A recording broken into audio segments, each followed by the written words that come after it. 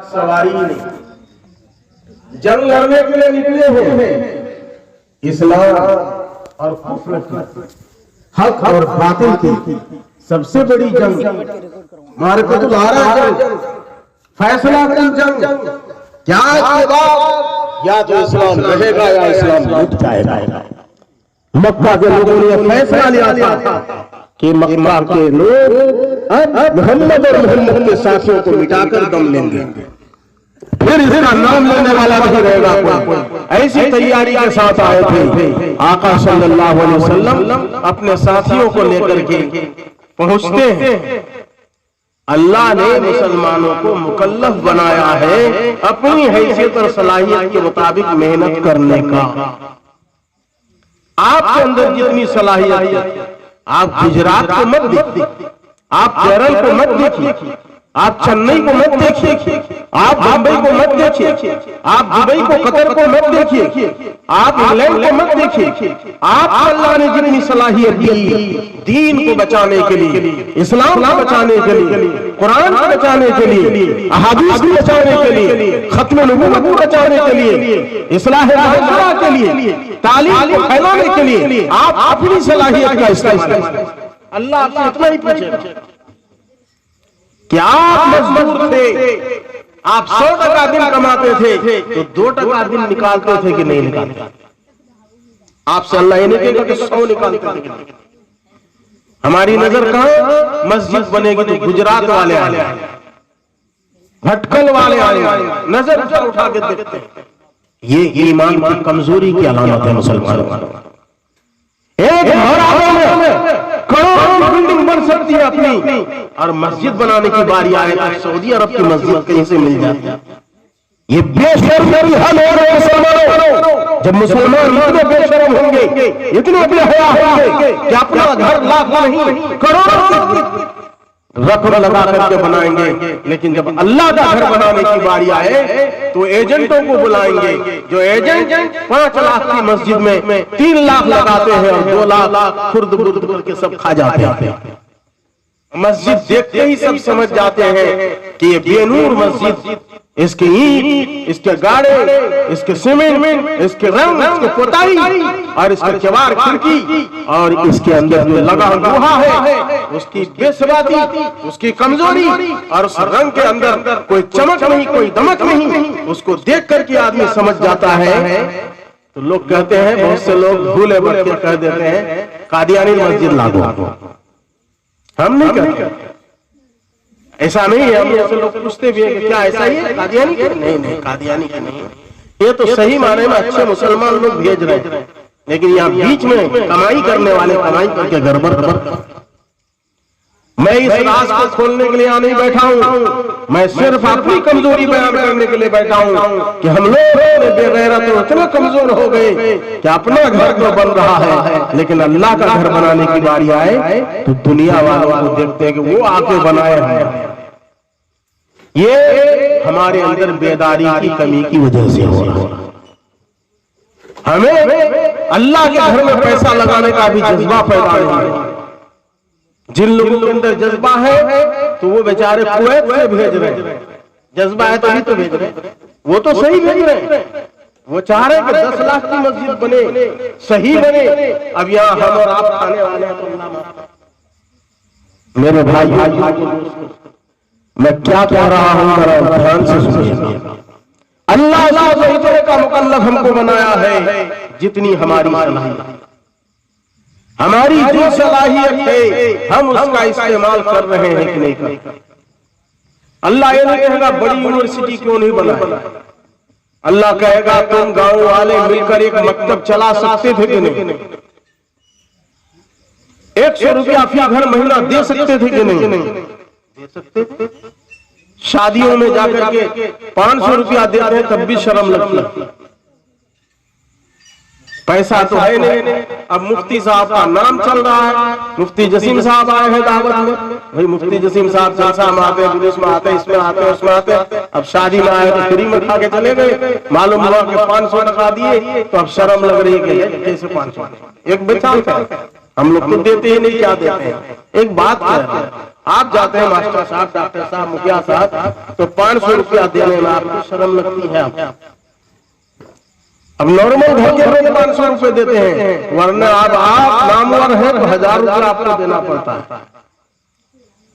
इस शादी के मौसम में कितने भोज खाते हैं आप, जरा सा गौर कीजिए। एक शादी के मौसम में कम से कम 15 भोज तो हर घर के हिस्से में है, या इससे कम है बताइए, रुक्का गिन के दिखाइएगा। 15 भोज हर घर के हिस्से में है। 15 भोज में आप 500 करके 575 रुपया देते हैं, देने वाला सिर्फ ये सिस्टम।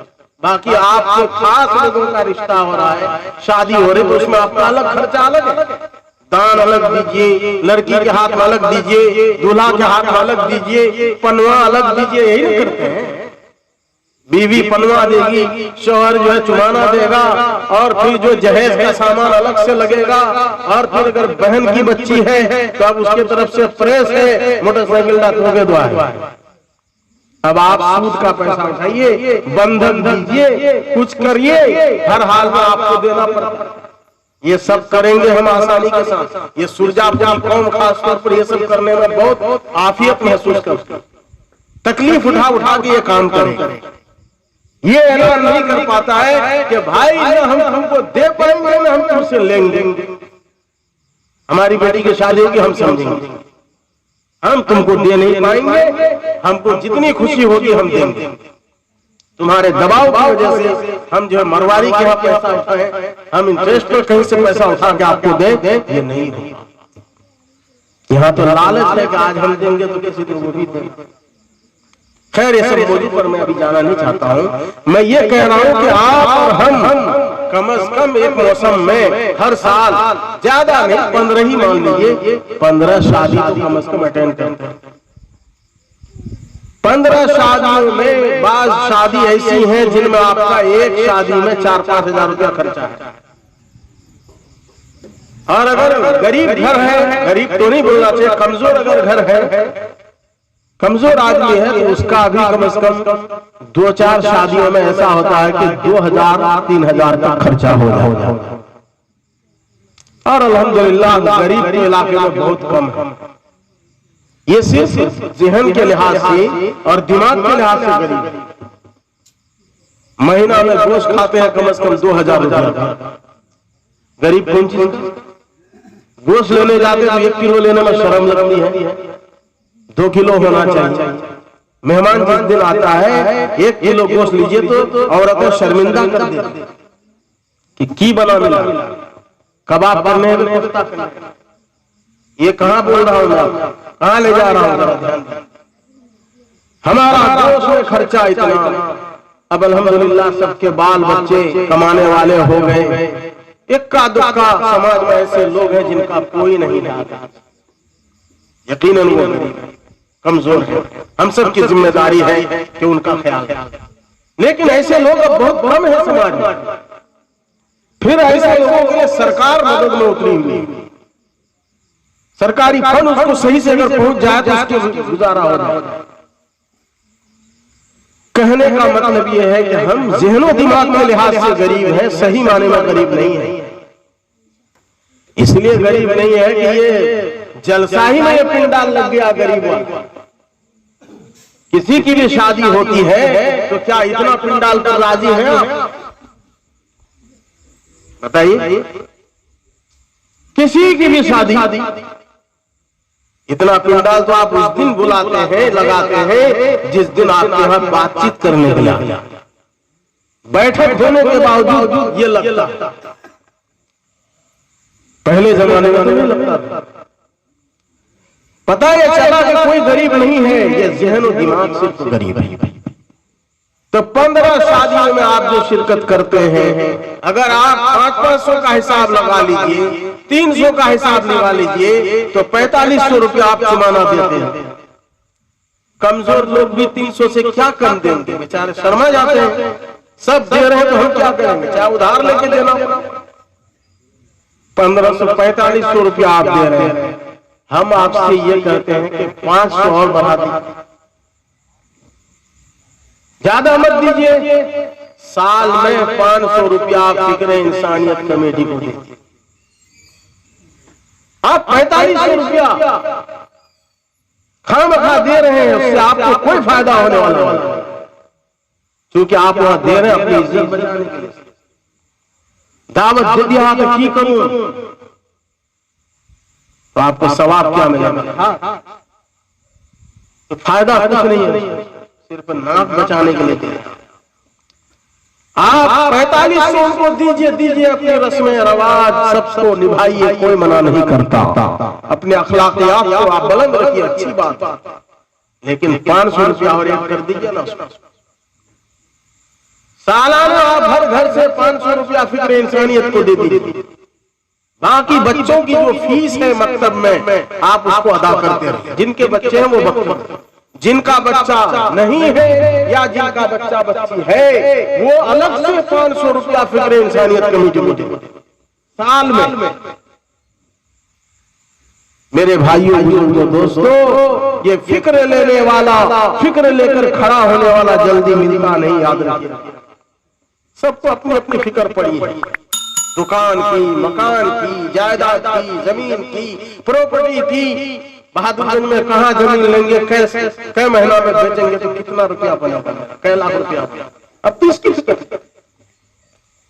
कुछ लोग हैं जो दीवाने होकर खड़े होते हैं और वो सोचते हैं कि हमारे समाज में कुछ इल्म की रोशनी है, बच्चा बच्ची को रोशनी मिल जाए, इल्म मिल जाए, दीनियात का इल्म हासिल हो जाए, हराम हलाल पहचान ले, पाकी नापाकी को पहचान ले, जिंदगी गुजारने का उसके अंदर शऊर पैदा हो जाए, दीनी शऊर उसके अंदर बेदार हो जाए और वो दुनिया के अंदर जिंदगी गुजारे, एक लियाकतमंद जिंदगी गुजारे, एक अखलाकमंद जिंदगी गुजारे और बाशऊर जिंदगी गुजारे, और उसके अंदर दीनी बेदारी भी हो और सियासी बेदारी भी हो। समाज के अंदर कैसे रहना है, समाजी बेदारी भी हो, इस दुनिया के अंदर कैसे जीना है, इसके अंदर अकलमंदी और शऊर पैदा हो जाए। इसके लिए कुछ लोग रात दिन मेहनत करते हैं।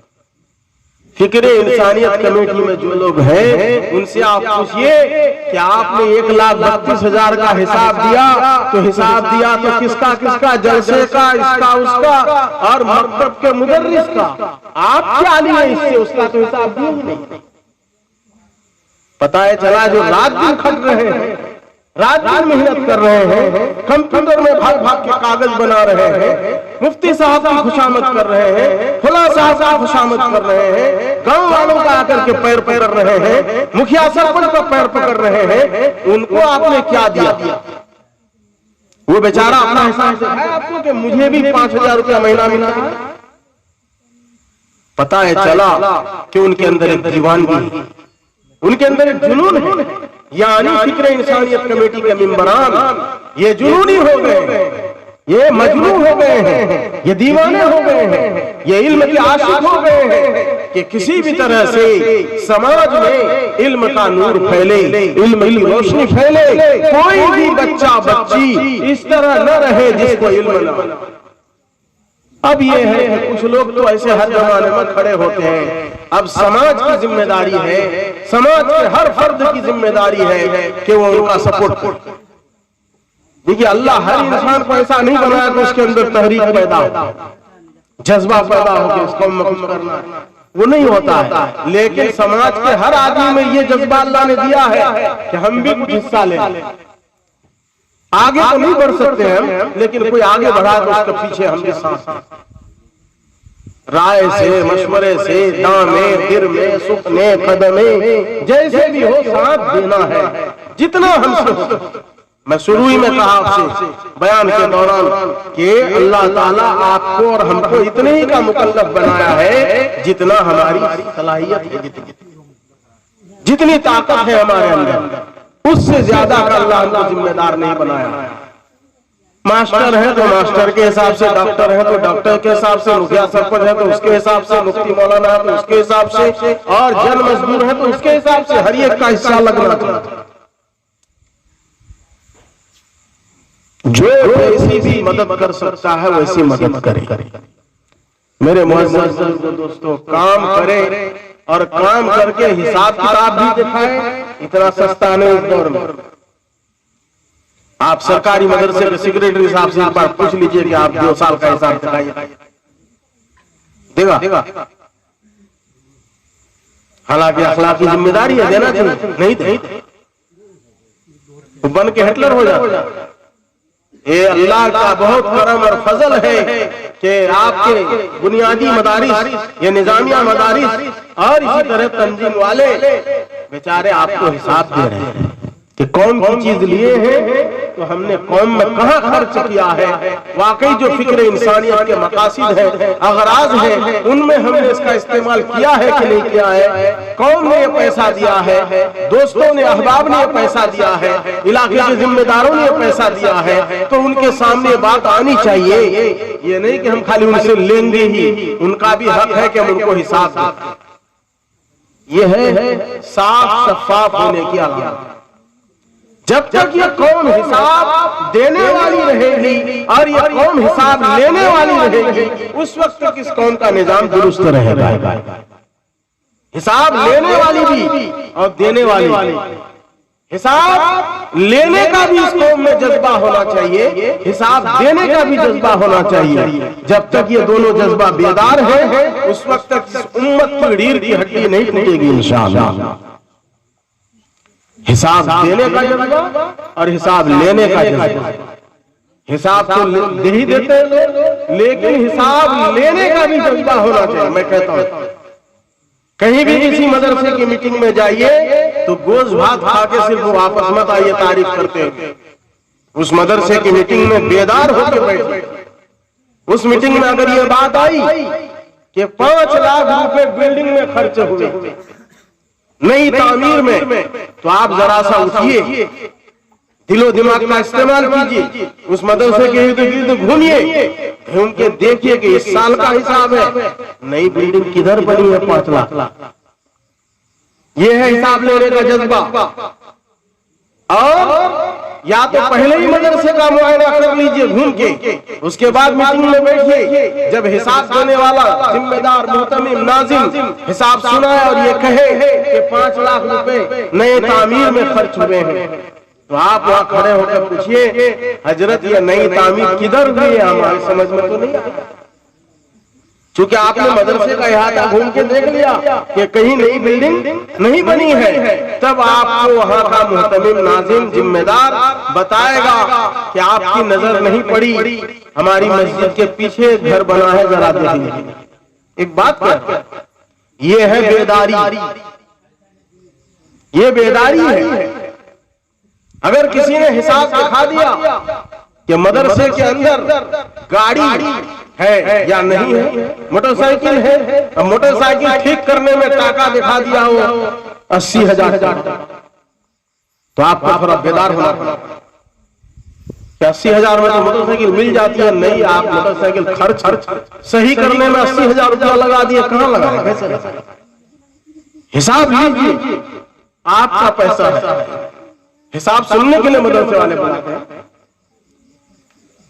मैं कहता हूं मदरसों में जाता हूं जब मीटिंगों में, तो कोई जब सवाल नहीं करता है तो अक्सर छोटे छोटे मदरसों में मुझे बुला लेते हैं, तो मेरी सदारत में मीटिंग होती है, तो मैं वाकई कहता हूं कि आप लोग मीटिंग में आए हैं तो ऐसे सुनने के लिए, ये जो हिसाब सुनाया तो इसमें तो ये बात मुझे समझ में नहीं आई, आप लोग कैसे समझ में आ गया? तो मैं वहां पूछता हूं कि नाजिम साहब आप जरा ये बताइए, ये जो खर्चा आपने लिखा ये कहाँ किया है? तब फिर नाजिम साहब बताते हैं तो इत्मीनान हो जाता है। कहने का मतलब है कि हिसाब बेदार होकर के सुनना भी चाहिए। जिम्मेदार है, क्योंकि ये कौमी इदारे हैं, तंजीम है, मदारिस है, ये जो कौमी पैसों से चलते हैं, कौम के चंदों से चलते हैं, कौम को उनका हिसाब भी लेना चाहिए। जब तक हिसाब का निजाम जिंदा रहेगा, कौम जब बाज होगी, बाज करेगी, तो सामने वाला डरेगा। तो इंसान है ना, और जब से पूछना बंद कर दीजिएगा, हिसाब लेना बंद कर दीजिएगा, तो फिर हिटलर बन जाएगा। वो समझेगा मैं इसका मालिक हूं। उनको एहसास दिलाते रहना होगा कि आप मालिक नहीं हैं, ये तंजीम का ये मालिक है, इसके मेंबरान मालिक हैं नहीं। कौन हमको एतमाद करके दिया है कि आप चलाओ, किसी भी तंजीम और किसी भी इदारे का जिम्मेदार वो एक खादिम होता है, उसका मालिक नहीं होता है। ये कौम को हर साल एक बार एहसास कराना होगा कि आप यहाँ के खादिम हैं, यहाँ के मालिक नहीं है। जब ये कौम के अंदर जज्बा रहेगा तो इंशाअल्लाह जो काम करने वाला होगा वो भी डरता रहेगा कि कौम बेदार है। जब तक कौम, ये जो सरकार है ना, सरकार मोदी के बाप का मुल्क है, अमित शाह के बाप का मुल्क है, जितना उसका इतना हमारा। एक मजदूर का भी इतना ही है, एक रिक्शा पुलर का भी इतना ही है, एक कार ड्राइवर, एक ट्रैक्टर चलाने वाला का भी ये मुल्क इतना ही है जितना मोदी का है। एक ऐसा फर्क नहीं है। मुल्क का हक पाने में एकदम बराबर है। हिंदू हो, मुस्लिम हो, दलित हो, चमार हो, दोम हो, तशाद हो, कोई भी हो, हर एक का बराबर है। हमने मिलकर के उस पर एतमाद किया, उसको बैठा दिया है गद्दी पर, जब जी चाहेगा उठा के कान भर के भागा। ये जज्बा जब होगा तो उस मुल्क की जमहूरियत बाकी रहेगी, उस मुल्क का सेकुलरिज्म बाकी रहेगा, उस मुल्क का ढांचा बाकी रहेगा। और जब ये बेदारी खत्म हो जाएगी तो मुल्क फिर ईस्ट इंडिया कंपनी की तरफ फिर गुलामी के तले चला जाएगा। एहसास पहले खत्म किया जाता है, देखा जाता है नाप करके, तौल करके, थर्मामीटर लगा करके कि आवाम और पब्लिक का जज्बा कैसा है। ये जो तरह तरह से जाल फेंक रहा है वो हमारे थर्मामीटर लगा करके चेक कर रहा है। जिस दिन देख लेगा कि कौम मुकम्मल गाफिल हो गई है तो उस दिन इस मुल्क को गुलाम बना लेगा अडानी, इस मुल्क को गुलाम बनाएगा अनिल अंबानी। इसलिए इस कौम में बेदारी रहना बहुत जरूरी है। अल्हम्दुलिल्लाह इस मुल्क हिंदुस्तान में ऐसे बेदार लोग बहुत हैं। मुसलमान में है, दलित में है, चमार में है और ग्वाल में है, सब वही लोग हैं जो इस मुल्क को बचाए हुए। और ऐसे लोग पैदा होते रहेंगे। मैं फिर बोलता हूँ, हजरत मौलाना असरारुल हक साहब कासमी रहमतुल्लाह अलैह ने मुझसे एक मरतबा कहा, मुफ्ती जसीम साहब घबराइए नहीं, इस मुल्क के अंदर मजाल नहीं है कि हिंदुस्तान से इस्लाम को मिटा देगा। ये हिंदुस्तान है, उनको मालूम नहीं है, ये उन्हीं लोगों में से लोग खड़े होंगे और इस्लाम की हिफाजत करेंगे। आप हम मुसलमानों को चाहिए कि हम मुसलमान सिर्फ अपने इस्लाम पर कारबंद हो जाए, इस्लाम पर अमल करने वाले बन जाए। ये कुछ हमारे बिगाड़ नहीं पाएंगे। इस्लाम के हिफाजत करने वाले उन्हीं लोगों में पैदा होंगे। कहे मुफ्ती साहब, मैंने तो तकरीबन 1,32,000 गांव का दौरा किया है हिंदुस्तान में। मैंने मुसलमान देखा है इस हिंदुस्तान के अंदर वो लोग 80% या 75% है, तो उनमें से 60% लोग ऐसे हैं जो बिल्कुल नॉर्मल जहन रखते हैं, वो बिल्कुल अमन पसंद है। और जब तक ये तादाद रहेगी इंशाअल्लाह मुसलमानों का ये कुछ भी नहीं बिगाड़ सकता। कहने का क्या बात कहीं से कहीं ले जा रहा हूं मैं। खुलासा यह है कि कौम के अंदर जब तक हिसाब लेने का जज्बा है, हिसाब लेने का जज्बा श्रीलंका में पैदा हुआ। मोबाइल का जमाना आप सब कुछ जानते हैं। श्रीलंका में जो वजीर आजम बाप बाप करके भाग गया छोड़ करके मुल्क में, तो ऐसी बात कौम हिसाब लेने वाली है। कौम में हिसाब आऊंगा कि मुल्क को कंगाल कैसे आपने कर दिया, ये मुल्क को कहां आपने भेज दिया, क्या क्या आपने मुल्क को खोखला कर दिया। अब हिसाब नहीं दे पाए तो भाग गए झोला लेकर। ये भी बोला है कि हमारा क्या झोला लेंगे भाग जाएंगे, भागेगा झोला लेके अगर ऐसी हालत है। गैस का दाम आज फिर बढ़ गया, अभी और बढ़ने दीजिए। ये लक्ष्मी के पुजारी जो आज मंदिर के नाम से, मस्जिद के नाम से नफरत फैला रहे हैं, भगवा के नाम से नफरत के शिकार हैं, ये मुट्ठी भर लोग हैं। ये लोग मुल्क के अंदर अमन को खराब करने वाले, इनको समझ में आएगा उस वक्त जब इनकी लक्ष्मी इनके हाथ से जाएगी। हमारी तो लक्ष्मी है ही नहीं, पैसा को हमने लक्ष्मी समझा है। हम तो कहते हैं हमारा जो भी काम होता है वो अल्लाह से, अल्लाह के करने से होता है। ये यकीन है कि नहीं? हमारे पैसे से कुछ नहीं होता, दौलत से कुछ नहीं होता, कुर्सी से कुछ नहीं होता, ओहदों से कुछ नहीं होता। हमारा जो कुछ होता है वो अल्लाह के करने से होता है। अल्लाह जो चाहेगा वही होगा।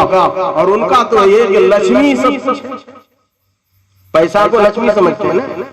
तो गैस में दाम बढ़ेगा, पेट्रोल में बढ़ ही रहा है, बढ़ते बढ़ते जब इनका दिमाग गरमाएगा तो फिर यही खड़े होंगे, फिर श्रीलंका जैसे हालात पैदा, फिर झोला लेके भागने पर मजबूर होना पड़ेगा।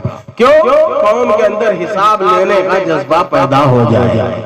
इसी के लिए पूरे मुल्क में मेहनत हो रही है, उनकी भी मेहनत हो रही है और हमारे लोगों की भी मेहनत हो रही है कि हिसाब लेने के लिए खड़े हो जाओ। वो यही नहीं चाहता है कि हिसाब लेने वाला कोई नहीं होना। किसी भी तरह से हिसाब लेने के जज्बे को दबाओ। कैसे दबाओ? हिंदू खड़े हो जाएंगे तो हिंदू बेचारे को भटका रहे, क्या बयान वापी मस्जिद का मसला खड़ा कर, शिवलिंग का मसला खड़ा कर दिया, मस्जिद के फव्वारे को लेकर के कहा कि वह शिवलिंग है। अरे भाई, हर मस्जिद में जो फव्वारा होता है हौज के अंदर देते भी नहीं इस तरह से, उसको शिवलिंग समझ में आया तो कहता है ये हौज वाले हिस्से ही में है हमारी मस्जिद, यहाँ पर मिल गया नहीं, ये कुछ नहीं मिला।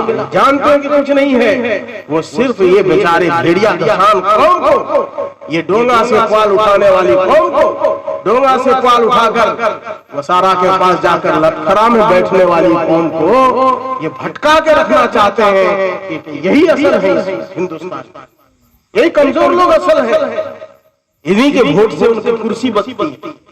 तो इनको भटका करके किसी तरह से ये चाहते हैं कि तरह तरह का मुद्दे लाओ ताकि महंगाई के मुद्दे पर कोई बात न करे। ये जो जगाने वाली टीम जगा रही है, इनको भटका रही है। जगाने वाले जगा रहे हैं, उनकी बात को दबाने के लिए कभी मथुरा, कभी काशी और कभी ताजमहल, अजीब अजीब तमाशा है। ये निकाल निकाल करके बेचारे हिंदू मुस्लिम को लड़ा रहे हैं, इनको भटका रहे हैं ताकि असली मुद्दों पर ये बात न करे। हिसाब लेने का जज्बा इनके अंदर पैदा हो, हिसाब लेने का जज्बा जिस दिन पैदा हो जाएगा, ऐसे गद्दार लोग इस मुल्क को छोड़कर भागेंगे। मैं ये कह रहा था कि जब तक कौम में हिसाब लेने का जज्बा होगा और हिसाब देने का जज्बा होगा, वो कौम मरेगी नहीं, मिटेगी नहीं इंशाअल्लाह। इसलिए वो मदरसा जिसमें हिसाब दिया जाता है और कौम वहां हिसाब सुनने भी जाती है, उस मदरसे में जान हो। जो मदरसा मनमानी शुरू कर दे, जो स्कूल वाला या कोई भी इदारा वाला मनमानी शुरू कर दे, कौम को पैसा तो कौम से ले लेकिन कौम को पार्ट न दे, तो वो इदारा फिर कुछ दिनों में क्या हो जाता है? मर जाता है, मिट जाता है। उसके दरो दीवार बाकी रहते हैं, उसका स्ट्रक्चर बाकी रहता है, उसकी बिल्डिंग दिखने में लगती है लेकिन वीराना छा जाता है। मेरे भाइयों, हिसाब देने का जज्बा कमेटी के जिम्मेदारों में ये बहुत खुशाइन बात है। मैं वहां से आपसे बोल रहा था कि हिसाब दे भी रहे हैं और हिसाब आप लोग ले भी रहे हैं, लेने के लिए बैठे हैं माशाअल्लाह। मेरे भाइयों, बुजुर्गों, दोस्तों, मैंने आपको हिसाब बताया, आसान सा तरीका बताया कि सिर्फ और सिर्फ 500 रुपया महीना सालाना अगर हर घर से मिल जाए, किसी गांव में, किसी टोला में 70 घर है, 80 घर है, किसी में 50 है, तो 50 घर से अगर 500 आ गया तो 25,000। जो मास्टर डॉक्टर है, अल्लाह ने उनको ज्यादा पैसा दिया, ठेकेदार है, वो 1000 भी दे सकते हैं। तो मैं कम से कम बोल रहा हूं, कोई भी घर से 500 रुपया चाहे तो बेवा मुसम्मत भी दे सकते, जज्बा होना चाहिए। तो बहरहाल 500 रुपया भी अगर दे दे हर घर से तो एक महल्ले से 25,000 रुपया। उसके अलावा भी बहुत सारी स्कीम है, इसको अगर आप तरक्की देना चाहें, आगे बढ़ाना चाहें तो बहुत सारी बात है। वो जब सर जोड़ कर बैठेंगे और सब इखलास के साथ बैठेंगे और जिम्मेदारों का सपोर्ट करेंगे और उनको पुश करेंगे कि आप आगे बढ़ो, हम आपको धक्का दे के आगे बढ़ाते हैं, आपका पैर नहीं खींचते, तो इंशाअल्लाह तरह तरह की स्कीम सामने आएगी और काम आसान काम को आसान करने के लिए बहुत सारी तरकीब है। एक मुठिया चावल का सिस्टम है। अगर आप चाहें 50 घर है अगर मोहल्ले में, तो फिक्र इंसानियत कमेटी की तरफ से 50 झोला लटका दिया। हर घर के भानसी घर में, मदबख में, बावर्ची खाने में, और औरतों का हिस्सा उसमें लगा। मर्द तो 500 रुपया दे दे सालाना। औरतों का हिस्सा ये है कि वो जब भी खाना पकाने के लिए चावल निकाले तो मुर्गी को ऐसे, मुर्गी सामने आती है तो ऐसे फेंकती है कि नहीं चावल। इतना जालिम तो नहीं है कोई औरत कि मुर्गी आके चूं चूं करे बच्चों को लेकर के। तो औरत इतनी जालिम नहीं होती है कि एक मुट्ठी चावल वो ऐसे करके दे दे। हम तो कहते हैं कि फिक्र इंसानियत कमेटी के झोले में हर औरत अपना जब हांडी में देग में चावल रखने जा रही है, धोने से पहले एक मुट्ठी चावल उठाकर उस झोले में डालती। ज्यादा नहीं, 2 टाइम पकाती है तो 2 मुट्ठी, एक ही टाइम पकाती है तो 1 मुट्ठी डालती। ये कतरा कतरा दरिया शवत, इसमें बरकत होगी। अल्लाह देखेगा कि इस गांव के लोगों को, मदनी नगर के लोगों को ये जज्बा है कि हमारा कतरा कतरा ही से सही हमारा निजाम चले, तो अल्लाह फिर कोई रास्ता भी खोले। उलमा ने लिखा है, बुजुर्गों ने लिखा है कि जो आदमी हज करने जाना चाहता है तो हज करने के लिए वो नियत करे कि मुझे हज में जाना। और हज में जाने के लिए जब वो नियत करे तो घर में एक डब्बा बना, और उस डब्बा में हर दिन हफ्ते में जब मौका मिल जाए, जेब में पैसा देखा निकाला, अब 540 रुपया है, हिसाब कर रहे हैं। 40 रुपए की तो आमतौर पर कोई अहमियत है नहीं। बच्चे अगर 4 है तो 10-10 रुपया लेके चल दिए। तो आपके 3 बच्चे हैं, आपने 10-10 रुपया दे दिया। आप कहे कि 1 टक्की बच गई, इसको हम हज फंड में डाल दें। उस डब्बे में लिख दीजिए हज फंड, और उसमें 10 रुपया डाल दें। किसी दिन आप निकाले तो आज 10,000 रुपया है मेरे पास, आता है ना, गिन रहे हैं 500 टक्की एक निकाल के अपने ही लिए डाल रहे हैं ना। डालते रहिए। जिस दिन भी पैसा गिन रहे हैं 20 रुपया, 25 रुपया, 50 रुपया डाल दीजिए। जिस दिन पैसा ज्यादा आया 500 रुपया डाल दीजिए। तनख्वाह जिस दिन मिली मास्टर साहब को 70,000, माशाअल्लाह 90,000। लालू के दौर वालों का भी कितना है? 90,000। 15 साल अभी बाकी उनका रिटायर होने वाले, कितना तक पहुंचे? फिर भी जब कहिएगा हजरत नहीं होता, काम कैसे होगा?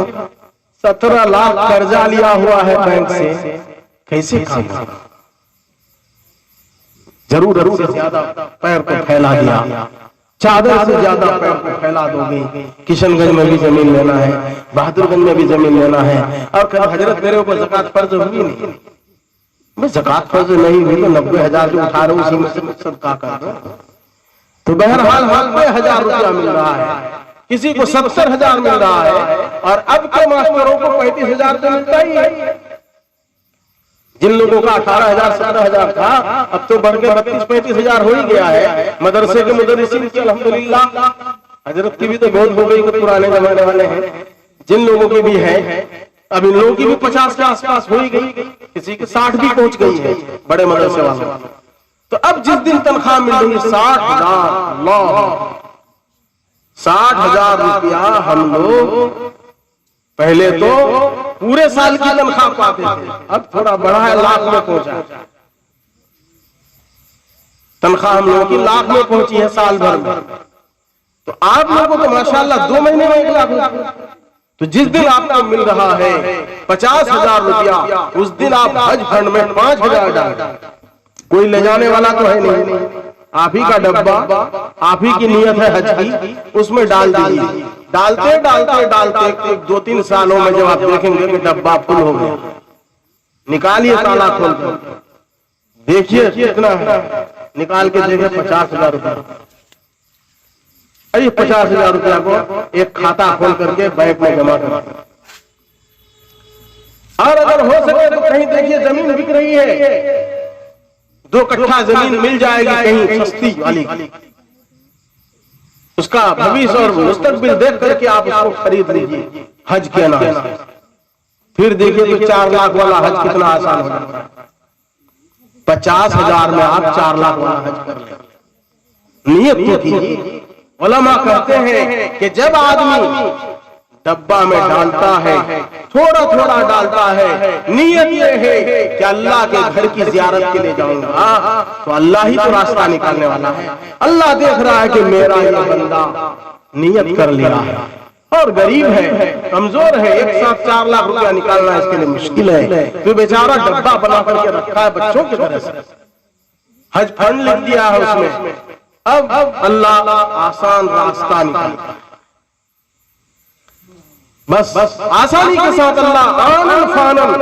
आपका बच्चा बंबई से आया, बड़ा सख्त मिजाज था, जल्दी पैसा नहीं देता था बंबई में, लेकिन कमा 50,000 रुपया में, 40,000 रुपया में।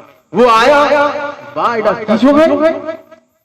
बेटा एडा हज फंड बनी हजरत जवाब तेला पैसा में दुनिया पर अल्लाह रास्ता निकाला। बाप की बात को सुनकर के बच्चे का दिल नरम हो गया। बच्चा अंदर अंदर सोच रहा है कि मेरे अब्बा हज में जाना चाहते हैं, ये बहाना बना। अल्लाह अकबर, अल्लाह ने रास्ता निकाल दिया, बच्चे के दिल में बात डाल दी। बंबई से फोन करेगा, ये व्यक्ति कागज भर तो पैसा नहीं करे तो आप पहले करना होगा। उलमा ने लिखा है जो इस तरह करेगा अल्लाह उसके लिए रास्ता निकालेगा। मैं आपको तजर्बे की बात बता रहा हूं। मैं जब पहला हज करने के लिए गया तो मैं तो अब्बा के साथ गया था। मुझे 2100 रुपया वापस मिला था, रियाल 2100 रियाल। खाने काबा में बैठकर, खाने काबा के पास बैठकर नमाज पढ़ के मैंने अब्बा से कहा कि अब्बा ये तो आप मुझे हज में लाए हैं, ये जो 2100 रियाल मिला है मुझे वापस, ये भी तो आप ही का है, क्योंकि आप मुझे लाए हैं। कहा बेटा, मैं कहा कि मेरा 1100 रुपया तो खर्चा हो गया, लेकिन 1000 मेरा बच रहा है। अगर आप इजाजत दें तो मैं ये पैसे रख लूं आइंदा हज के लिए। उस जमाने में 1000 का 11,000 मिलता और हज उस वक्त 80,000 में नहीं 92,000। तब 11,000 मेरे पास इंतजाम है। उसमें भी मैं कह दिया कि इसमें आपकी बहू और मैं दोनों के लिए हज के लिए डाल दूं। अल्लाह के घर के पास मैंने 11,000 का इंतजाम कर दिया। आपको इसकी बरकत में बताऊं तो आप कल सुनकर। अब मैं सोचा कि गरीब आदमी बाप के पैसे से मैं हज तो कर लिया, अब आइंदा पता नहीं कब नसीब होगा नहीं होगा। 2 साल के बाद सन 2011 में 9 में मैं तो वापस आया था हज करके, और सन 11 में 11 ईस्वी में 11 कहते हैं, हाँ 2011 में एक साहब आते हैं दारुल बहादुरगंज। वो मुझको ढूंढते हुए और आके कहते हैं कि हजरत मैं हज बदल में किसी को भेजना चाहता हूं, आप हमको एक आदमी दीजिए। अब वो मुझसे आदमी मांग रहे तो मैं तो नहीं कर सकता हूं कि मैं ही जाऊं। अपना आदमी था, मैं ध्यान दिया, ढूंढा, मैं कहा ठीक है मैं कोशिश करूंगा, किसी को तैयार करूंगा, अल्लाह करे फिर तैयार हो जाए। देर तक उनको घुमाया, चाय पिलाया, मदरसा दिखाया, मस्जिद दिखाया, उनको मुबारकबाद दिया कि बहुत अच्छी बात है आप भेज रहे हैं। जाते वक्त क्या कहता है हजरत, एक बात कहने की हिम्मत नहीं मिलती है, लेकिन अगर आप इजाजत दें तो मैं कहा बोलिए। का हजरत अगर आप ही वक्त देने तो होगा नहीं।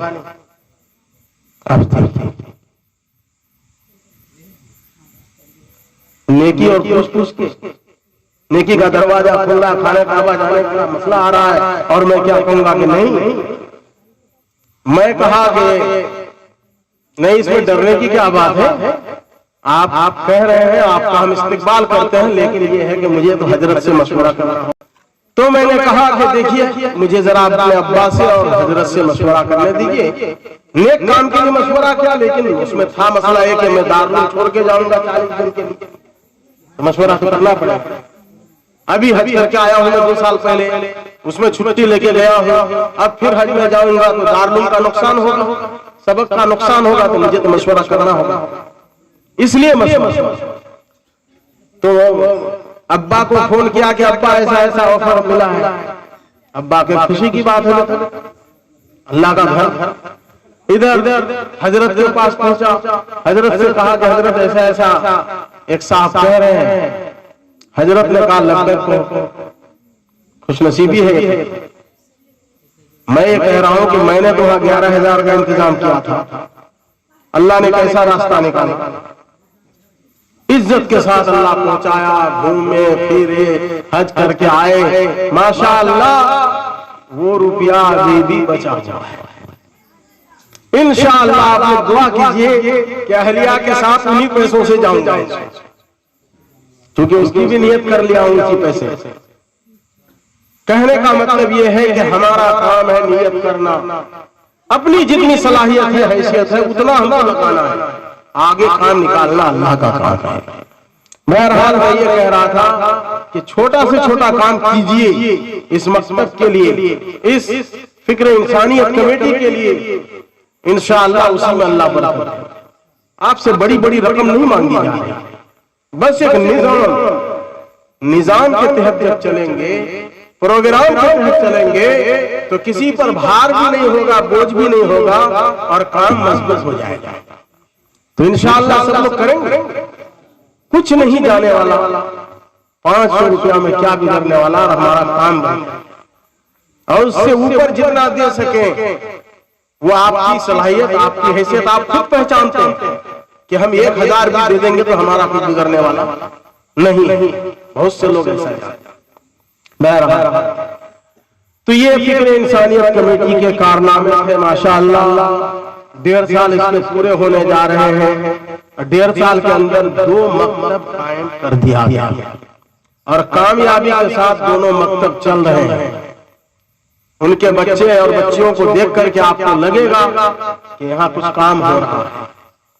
उनकी तिलावत सुनकर, नात सुनकर, तकरीर बयान सुनकर, मुकालमा सुनकर आप महसूस कर रहे हैं कि काम है। मेरे मुअज़्ज़ज़ बुजुर्ग दोस्तों, बगैर काम के लोग इतना रुपया उठा रहे हैं, यहाँ तो काम है।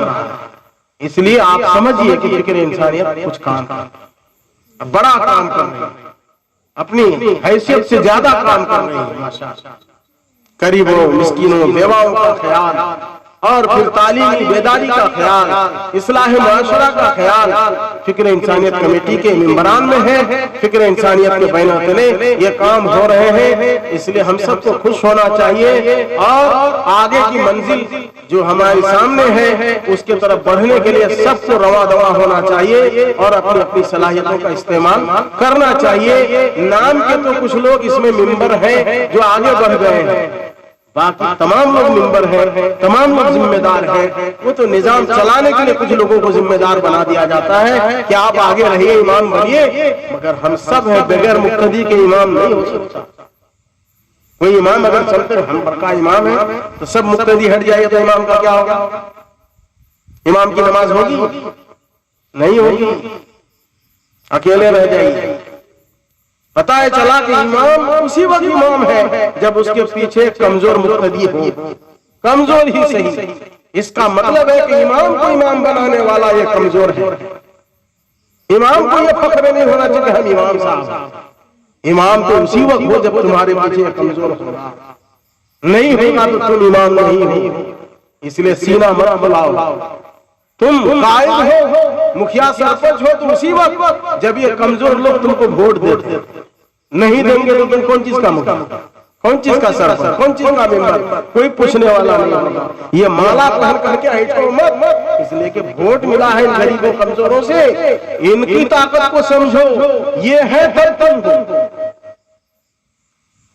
तो पता है चला कि जो आगे बढ़ा हुआ है वो हमसे है, जो जिम्मेदार है, सदर है, सेक्रेटरी है, कमेटी का मेंबर है, वो हम ही से है। हम रहेंगे उनके साथ तभी वो सदर, सेक्रेटरी और मेंबर। इसलिए उन सदर, सेक्रेटरी, मेंबरों को भी समझना चाहिए कि पूरी पब्लिक का मुझ पर एहसान है और पब्लिक को चाहिए कि वो बेचारे क़यादत कर रहे हैं, हम उनको साथ। इन्हीं चंद बातों के साथ मैं आपसे ये दरखास्त करता हूँ कि सालाना एक अपनी रकम तय कीजिए। आप लोग मेंबरान आएंगे, जिम्मेदारान आएंगे, हर घर से एक रकम तय कर लीजिए, आसानी के साथ। उसके अलावा बच्चों की फीस, बाज लोग बच्चों को पढ़ा रहे हैं, दुनिया का हर काम कर रहे हैं, लेकिन एक एक बच्चा बच्ची पर 3-3 हजार रुपया बाकी। 3,000 रुपया, जिसके 3 बच्चे 4 बच्चे हैं, मकतब में पढ़ रहे हैं, 100 रुपया फीस है। इसका मतलब है कि वो 10 महीना से नहीं दिया, 8 महीना से नहीं दिया होगा, तभी तो सारा काम हो रहा है। दुनिया के हर काम हो रहे हैं, शादी, ब्याह, हयात, मौत, खुशी, गम, खर्चा, बीमारी, ऑपरेशन, सब हो रहा है। लगन घुरानी, दानी भरा मंसूर, सब हो रहे हैं। दुल्हा जखानी गए तो लिखी करूं 500 टका दुआ है, सब काम हो रहा है। लेकिन जब बच्चों की फीस मांगी तो तालीम से मोहब्बत न होने की बात, ये पैसा तो पहले निकाल के देना चाहिए। दुनिया का कोई काम रुक जाए, मेरे बच्चों की फीस न। कितनी फीस है इस जमाने में? ट्यूशन पढ़ाने वाला जब आपके घर में इंग्लिश पढ़ाने के लिए आता है, 1 घंटा टाइम देता है, वो 2000 रुपया लेता है। और आपके बच्चों को 30 दिन एक मौलाना पढ़ाते हैं, सुबह भी पढ़ाते हैं, शाम भी पढ़ाते हैं, और क्या क्या नहीं सिखाते हैं। तो आप उनको 100 रुपया देने में कतराते हैं।